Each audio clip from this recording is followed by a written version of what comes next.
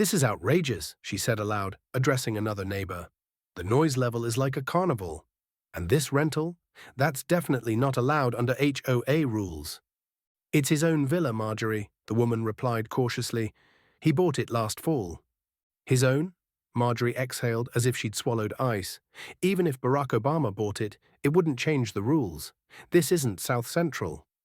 Inside the villa was another world. The spacious courtyard, draped with wisteria, was bathed in the warm glow of string lights. Soft soul music from the 70s, Aretha Franklin, Marvin Gaye, filled the air. People laughed, held glasses of sparkling wine, and embraced. No red carpet, no paparazzi, just family, friends and neighbors from the part of Los Angeles that didn't have a gated entry. On a bench under a magnolia tree sat the evening's guest of honor, Michael's mother. She was turning 70. She smiled, her eyes sparkling, eyes of a woman who had raised a son in a world where people like him weren't expected to star in hero films. "You did all this for me," she whispered. "For you, Mom," Michael said, squeezing her hand. "And for everyone who's never been able to celebrate like this, openly, loudly." He looked unassuming in a simple white shirt, no tie. But in his eyes, something deeper flickered.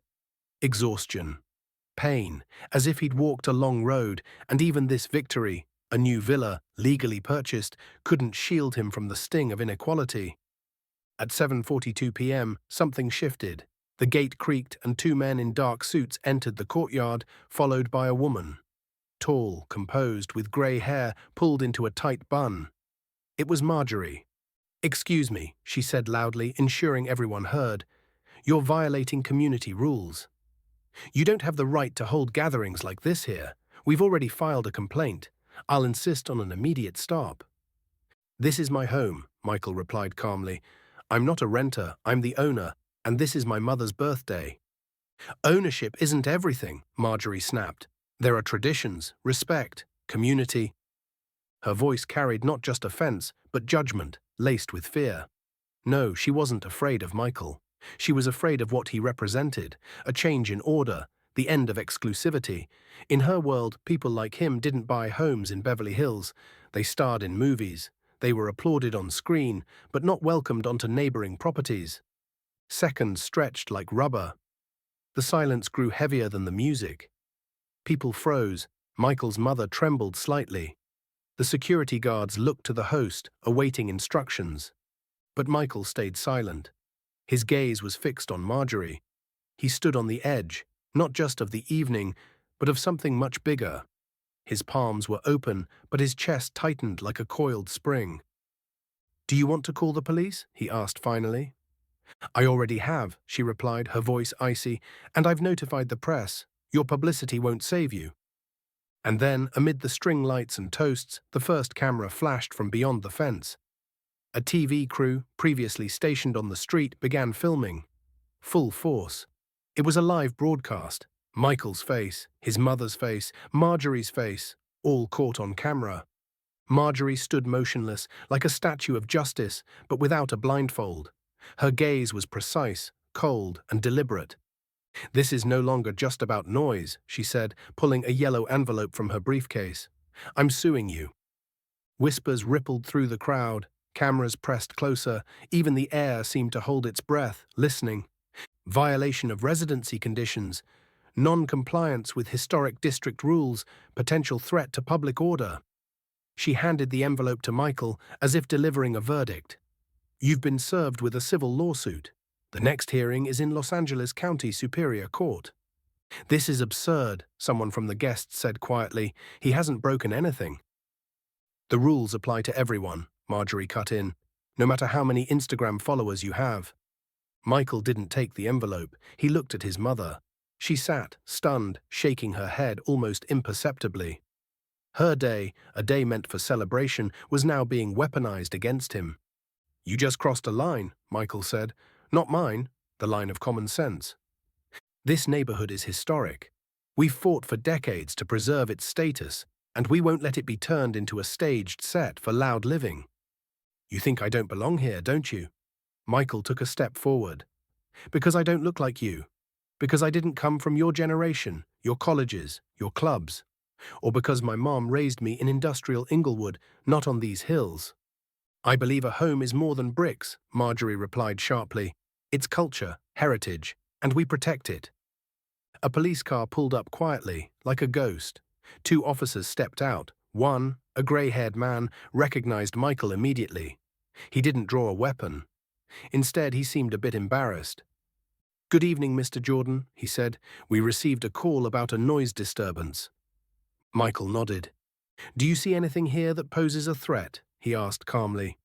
The officer surveyed the celebration, kids playing by the pool, elders chatting by tables with lemonade, music playing softly like background noise. "No," he admitted, "but we're obligated to check." "There's a complaint about public disorder and HOA violations," the second officer added.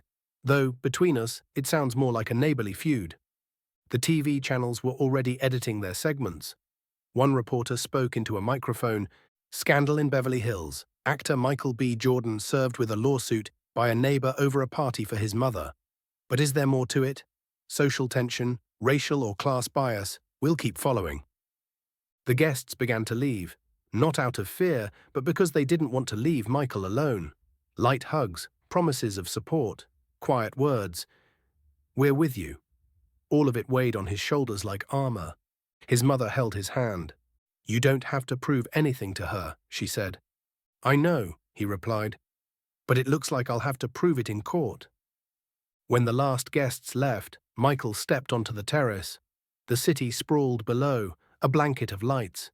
He held the yellow envelope, heavy, like a symbol of all the years he'd been forced to prove he was good enough, quiet enough, safe enough.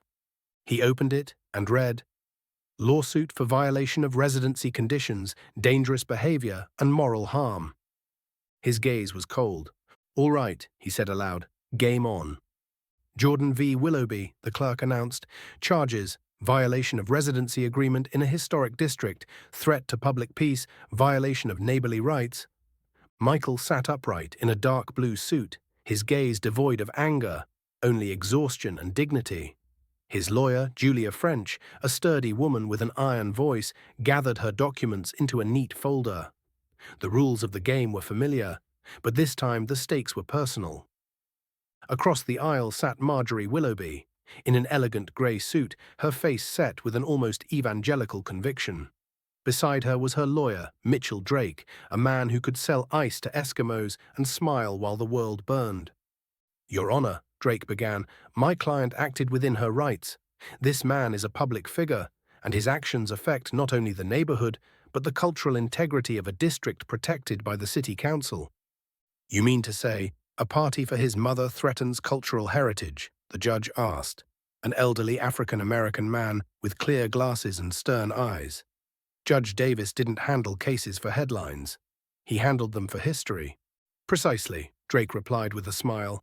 Julia French stood and tapped her tablet. A drone video appeared on the screen, a peaceful party, kids running, elderly guests sipping lemonade, music barely audible. Then, the moment the lawsuit was served, the courtroom audience froze. "Is this a threat? A corruption of history?" she asked loudly.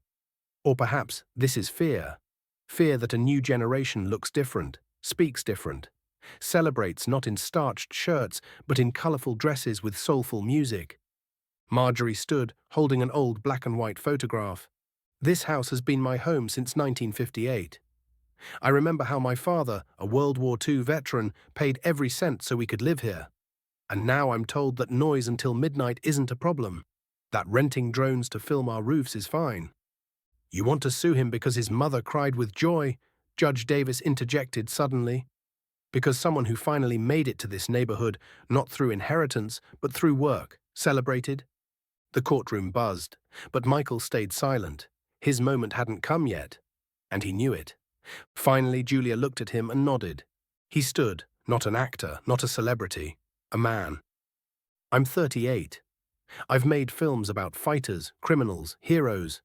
But right now, I'm here, just a guy who bought a house and wanted to give his mother a night of joy. I didn't break any laws, but it seems I broke expectations. Expectations that people like me should be grateful for being let in and stay quiet." He paused. I was taught that when people fear you, you speak softly, that when they don't hear you, you work harder. But even when you're at the top, they still ask, do you really belong here? The room was silent. Marjorie clenched her fists. And I'll be honest, he added, I don't want to take anyone's history, but I won't let mine be erased because of it. Judge Davis stood. This case isn't just about noise or heritage.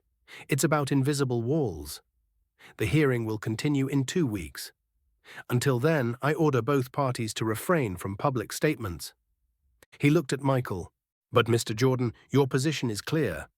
And in this courtroom, at least, you are heard. After the hearing, Michael walked slowly down the courthouse corridor. Reporters reached for him with microphones, but he stayed silent. His mother waited outside, in sunglasses, wrapped in a warm scarf. She hugged him. I'm proud of you, she whispered. He nodded. This is just the beginning. The courtroom wasn't a stage, but that morning it felt like one, packed to the last row, with camera lenses catching every move, every sigh. Outside the glass doors, a line of onlookers waited. In the courtyard, a rally with signs. Respect isn't a privilege. Leave Michael's mom alone. Justice has no age or color. It was the day of the verdict, the day silence would speak. Judge Davis entered the courtroom, leaning on a cane. He moved slowly, with dignity, like a ship cutting through a storm, but not sinking. Mr. Jordan, Ms. Willoughby, he began. Hearing both sides, I saw more than a neighborly dispute. I saw a chronicle of change, and fear of that change. He pulled a folder with the decision from under his desk.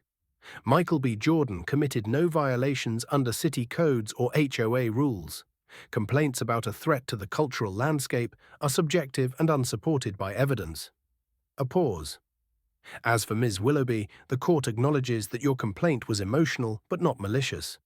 However, the court finds such actions, without sufficient grounds, an abuse of legal tools. You are issued an official warning for filing an unfounded complaint and attempting to interfere with another's right to privacy. Marjorie flinched. Her gaze turned empty, like a shattered porcelain set. Her lawyer, Mitchell, lowered his head. No smiles this time. And finally, the judge said, addressing the room, we must remember history isn't just in the walls of a house, but in the people who bring those walls to life. Welcoming new neighbors isn't losing roots.